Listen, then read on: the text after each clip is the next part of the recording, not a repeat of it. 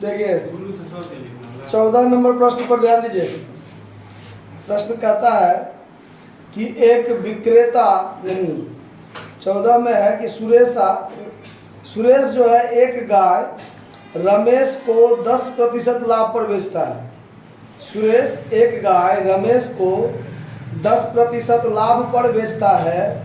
रमेश उसे 5% हानि पर प्रकाश को बेचता है और सुरेश ने गाय को 2250 में खरीदा था, तो प्रकाश ने कितने रुपए दिए? यहाँ पर यह ध्यान दीजिए कि सुरेश ने बेचा है सबसे पहले और सुरेश का क्रय मूल्य दिया हुआ है। सबसे पहले सुरेश ने बेचा और सुरेश का क्रय मूल्य दिया हुआ है। तो कभी भी लाभ या हानि होता है वो किसके आधार पर होता है? क्रय मूल्य के आधार पर। किसके आधार पर? क्रय मूल्य के आधार पर। तो सुरेश का क्रय मूल्य अगर दिया हुआ है 2250, देखिए सुरेश का क्रय मूल्य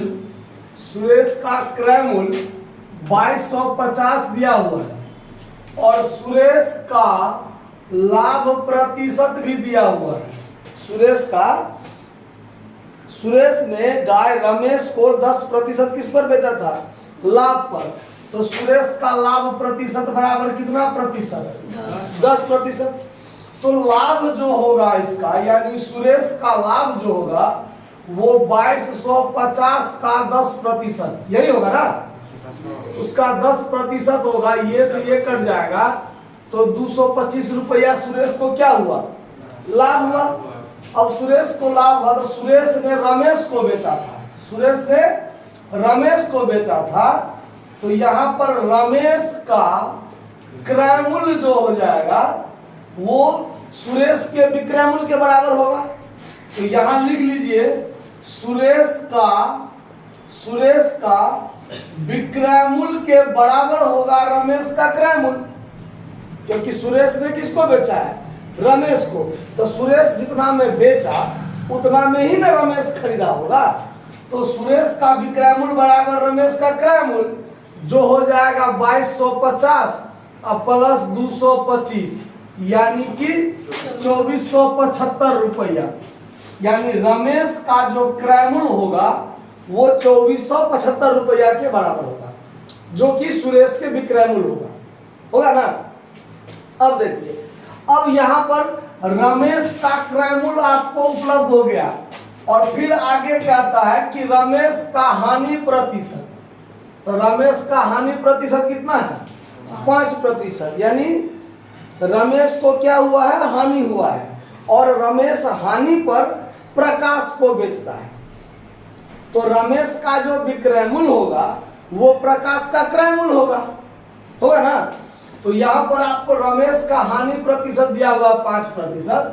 तो रमेश का हानि बराबर कितना? रमेश का हानि बराबर कितना? तो 2475 रुपया, उसका 5% निकाल दीजिए। कभी भी लाभ या हानि प्रतिशत जो निकलता है वो क्रय मूल्य के आधार पर। इसके आधार पर? क्रय मूल्य के आधार पर।